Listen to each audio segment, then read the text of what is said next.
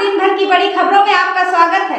आज की खबर में हम बात करेंगे, राहुल ने केसीआर को मोदी के बहाने घेरा, बताया 24 केस मेरी छाती पर मेडल जैसे। वहीं बात करेंगे यूपी में योगी की बड़े एक्शन की। वहीं बात करेंगे केजरीवाल के 500 करोड़ के घोटाले की। साथ ही जानेंगे खड़गे ने क्यों खोया आपा। साथ ही लोकसभा के नए सत्र में पेश होने वाले विधेयक के बारे में जानेंगे। वहीं एनआरसी को लेकर बड़ी तैयारी हो रही है। वहीं बात करेंगे महाराष्ट्र में सीट बंटवारे को लेकर बड़ी अपडेट की। साथ ही दिल्ली पुलिस और खालिस्तानी के बीच मुठभेड़ की। वहीं उड़ीसा के राजनीति में बड़ा फेरबदल हो गया है। साथ ही यूपी पेशाब कांड पर बड़ी अपडेट आ रही है। वहीं काम की और अन्य महत्वपूर्ण खबरों के साथ उत्तरकाशी के मजदूरों का हाल भी लेंगे, तो खबर को पूरा अंत तक जरूर देखें। राहुल गांधी का बड़ा बयान, बोले मुझ पर 24 केस मेरी छाती पर मेडल जैसे। मोदी के रिमोट में ईडी और सीबीआई वाला बटन, इसे देखते ही केसीआर बैठ जाते। दरअसल बता दें कि राहुल गांधी ने तेलंगाना चुनावी रैली के दौरान कहा कि बीजेपी ने मुझ पर 24 केस लगाए हैं, वो मेरी छाती पर मेडल हैं। पीएम मोदी ने देश में हिंसा और नफरत फैला रखी है। नफरत से देश कमजोर होता है। हमें नफरत के बाजार में मोहब्बत की दुकान खोलनी है। दरअसल बता दें कि 26 नवंबर को राहुल गांधी ने तेलंगाना में 3 रैलियां की। कामारेड्डी में रैली के दौरान उन्होंने कहा कि क्या केसीआर पर केस लगाए गए हैं? नहीं, क्योंकि मोदी और केसीआर एक ही हैं। उत्तर प्रदेश में मस्जिदों से उतरवाए गए लाउड स्पीकर। लखनऊ समेत यूपी के कई जिलों में पुलिस का फिर एक्शन। जी हां, बता दें कि धार्मिक स्थलों पर लाउड स्पीकर बजाने के मामले में यूपी पुलिस एक बार फिर एक्शन में है। लखनऊ, कानपुर समेत प्रदेश भर में स्पेशल डीजी प्रशांत कुमार के निर्देश पर अभियान चलाकर पुलिस ने लाउड स्पीकर को उतरवा कर अपने कब्जे में ले लिया। हालांकि लाउड स्पीकर को उतरवाने के दौरान पुलिस को सहयोग मिला, शांति से कार्रवाई की गई। बीजेपी का बड़ा दावा, दिल्ली जल बोर्ड में अरविंद केजरीवाल ने किया 500 करोड़ का घोटाला। बता दें कि भारतीय जनता पार्टी ने दिल्ली के अरविंद केजरीवाल सरकार पर जल बोर्ड में घोटाले का आरोप लगा दिया है। भाजपा का दावा है कि 2022 में सीवेज ट्रीटमेंट प्लांट अपग्रेडेशन के काम में अनुमानित लागत से अधिक का ठेका देकर घोटाला किया। भाजपा का आरोप है कि 10 एसटीपी के ठेकों में पहली नजर में 400 से 500 करोड़ का घोटाला किया गया। दिल्ली भाजपा के अध्यक्ष वीरेंद्र सचदेवा ने एलजी को लेटर लिखकर जांच कराने की मांग की है। भाजपा ने भ्रष्टाचार का यह दावा ऐसे समय पर किया है जब आम आदमी पार्टी सरकार कथित शराब घोटाले को लेकर मुश्किलों का सामना कर रही है। अब भारतीय न्याय संहिता की बारी खत्म होंगे आईपीसी और सीआरपीसी, शीत सत्र में पेश होंगे विधेयक। जी हां, दरअसल बता दें कि संसद का शीतकालीन सत्र 4 दिसंबर से शुरू होगा और 22 तारीख तक चलेगा। संसदीय कार्य मंत्री प्रहलाद जोशी ने इससे पहले 2 दिसंबर को सर्वदलीय मीटिंग बुलाई है। इस मीटिंग में विंटर सेशन को लेकर चर्चा की जाएगी। आमतौर पर सत्र शुरू होने से ठीक एक दिन पहले ही सर्वदलीय बैठक बुलाई जाती है, लेकिन इस बार 5 राज्यों के चुनाव नतीजे आने वाले हैं। ऐसे में सरकार ने 2 तारीख को ही बैठक बुला ली है। उत्तर प्रदेश, राजस्थान, छत्तीसगढ़, तेलंगाना और मिजोरम के चुनाव नतीजे 3 दिसंबर को आएंगे। इन नतीजों की गूंज भी संसद में दिख सकती है। सीएए फाइनल ड्राफ्ट मार्च 2024 तक, केंद्रीय मंत्री बोले इसमें मातुआ भी शामिल। टीएमसी का दावा, पश्चिम बंगाल में नहीं कर पाएंगे लागू। दरअसल बता दें कि केंद्रीय गृह राज्य मंत्री अजय मिश्रा ने आज कहा कि नागरिकता अधिनियम यानी सीएए का फाइनल ड्राफ्ट अगले साल 30 मार्च तक तैयार होने की उम्मीद है। उत्तर प्रदेश से भाजपा सांसद ने नॉर्थ 24 परगना के ठाकुर नगर में मातुआ समुदाय को संबोधित कर रहे थे। इस दौरान अजय राय ने कहा कि कोई भी मातुआ समुदाय से नागरिकता का अधिकार नहीं छीन सकता, जो बांग्लादेश में धार्मिक उत्पीड़न के कारण भाग गए थे। सीएए 31 दिसंबर 2014 से पहले अफगानिस्तान, बांग्लादेश और पाकिस्तान से भारत में आने वाले हिंदुओं, सिखों, बौद्धों, जैनियों, पारसियों और ईसाइयों को भारतीय नागरिकता प्रदान करना चाहता है। सीएए के पहले भारतीय नागरिकता के लिए 11 साल भारत में रहना जरूरी था। इस समय को घटाकर 1 से 6 साल कर दिया गया है। वहीं अब केंद्रीय गृह राज्य मंत्री के दावे पर रिएक्शन देते हुए टीएमसी के राज्यसभा सांसद शांतनु सेन ने कहा कि भाजपा को केवल चुनाव के दौरान मातुआ और सीएए की याद आती है।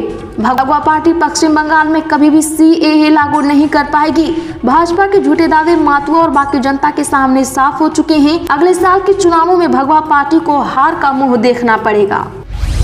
फडणवीस बोले सीट शेयरिंग पर अभी कुछ तय नहीं। पहले कहा था लोकसभा में बीजेपी 26 और शिवसेना एनसीपी 22 सीटों पर लड़ेंगी चुनाव। दरअसल बता दें कि लोकसभा चुनाव में सीट शेयरिंग को लेकर किए गए दावे से महाराष्ट्र के डिप्टी सीएम देवेंद्र फडणवीस पलट गए हैं। उन्होंने कहा कि सीट बंटवारे को लेकर अभी कुछ तय नहीं हुआ है।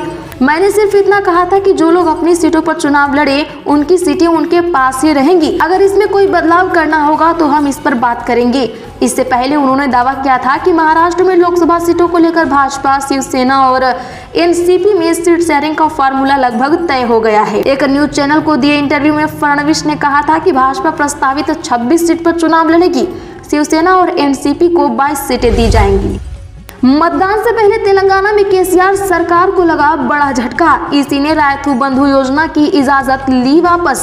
यहाँ बता दें कि निर्वाचन आयोग ने तेलंगाना सरकार को दी गई रायथू बंधु योजना के तहत किसानों को वित्तीय राशि वितरित करने की मंजूरी तत्काल प्रभाव से वापस ले ली है। आयोग ने राज्य को एक पत्र के जरिए निर्देश दिया है कि ऐसा करना चुनाव आचार संहिता का उल्लंघन है। आयोग ने राज्य के वित्त मंत्री टी हरीश राव द्वारा इसे लेकर सार्वजनिक घोषणा करने के बाद यह फैसला लिया। निर्वाचन आयोग ने राज्य में भारत राष्ट्र समिति की सरकार को कुछ विशेष आधारों पर आचार संहिता के दौरान किस्त का भुगतान करने की मंजूरी दी थी। वहीं सरकार को आचार संहिता के दौरान इसे लेकर प्रचार नहीं करने के लिए कहा गया था। उत्तरकाशी में पाइप से निकाले गए ऑगर मशीन के ब्लेड मजदूरों को 30 नवंबर तक मिलेगी खुशखबरी। जी हां, उत्तरकाशी की सिलक्यारा सुरंग में फंसे 41 श्रमिकों के रेस्क्यू ऑपरेशन में कई तरह की बाधाएं आ रही हैं। रेस्क्यू का आज 16वां दिन है। भारतीय सेना के कोर ऑफ इंजीनियर्स का एक इंजीनियर ग्रुप समूह मद्रास सेपर्ट्स की एक यूनिट भी रेस्क्यू ऑपरेशन से जुटा हुआ है। ये जवान मैनुअल ड्रिलिंग में सहयोग करने के साथ साथ ऑगर मशीन के सॉफ्ट काट कर अलग कर रहे हैं। ऑगर मशीन के हेरो ब्लेड को आज सुबह पूरी तरह से काट कर निकाल लिया गया। 48 में फंसी ऑगर मशीन के ब्लेड अब पाइप से पूरी तरह निकल गए हैं। 11 लोगों की रेट माइनर की अब पाइप के भीतर अगले 10 मीटर को मैनुअल ड्रिल करेगी। सुरंग के भीतर आज से मैनुअल ड्रिलिंग का काम शुरू हो सकता है। ओडिशा में पूर्व आईएएस अधिकारी वीके पांड्यन ने थामा बीजेडी का दामन। सीएम नवीन पटनायक की मौजूदगी में ली सदस्यता। बता दें कि भारत प्रशासनिक सेवा से इस्तीफा देने के बाद ओडिशा के पूर्व आईएएस वीके पांड्यन अपनी राजनीतिक जीवन की शुरुआत करने जा रहे हैं। भुवनेश्वर में वीके पांड्यन ने बीजेडी का दामन थामा है, जिसको लेकर राजनीतिक गलियारों में चर्चाएं तेज हो गई हैं। स्वैच्छिक सेवानिवृत्ति से पहले वीके पांड्यन मुख्यमंत्री नवीन पटनायक के निजी सचिव के तौर पर कार्यरत थे। अक्टूबर माह में इस्तीफा स्वीकार होने के बाद वीके पांड्यन को राज्य सरकार की 5T और नवीन ओडिशा योजना के अध्यक्ष पद पर नियुक्त किया गया। बिहार के बेरोजगारों को बड़ी खुशखबरी। बेरोजगारों को रोजगार देने के लिए 18 जिलों में खुलेंगे कौशल केंद्र। यह बता दें कि श्रम संसाधन विभाग हर जिले में एक मेगा कौशल केंद्र शुरू करेगा। इसकी शुरुआत फरवरी से एक साथ 18 जिलों में हो जाएगी। बेरोजगारों को प्रशिक्षण देकर नामी गिरामी कंपनियों में रोजगार दिलाने के उद्देश्य से श्रम संसाधन विभाग हर जिले में एक मेगा स्किल केंद्र खोलने का फैसला लिया है। इसमें विभिन्न कंपनियों के सहयोग लेने की योजना तैयार की गई है। हार्दिक पांड्या के लिए मुंबई इंडियंस ने दी 17 करोड़ 5 लाख के खिलाड़ी की कुर्बानी। आरसीबी से किया ट्रेड। दरअसल बता दें कि हार्दिक पांड्या की ट्रेंडिंग खबरों को लेकर रविवार का पूरा दिन बाजार गर्म रहा। एक दिन पहले से ही खबरें मार्केट में थी कि पांड्या को मुंबई इंडियंस हर हाल में अपने खेमे में शामिल करना चाहती है, मगर बीते शाम रिपोर्ट सामने आई कि गुजरात टाइम्स ने उसे रिटेन कर लिया है। मगर खबर आई कि मुंबई इंडियंस ने हार्दिक पांड्या को गुजरात टाइम्स से ट्रेड कर लिया है।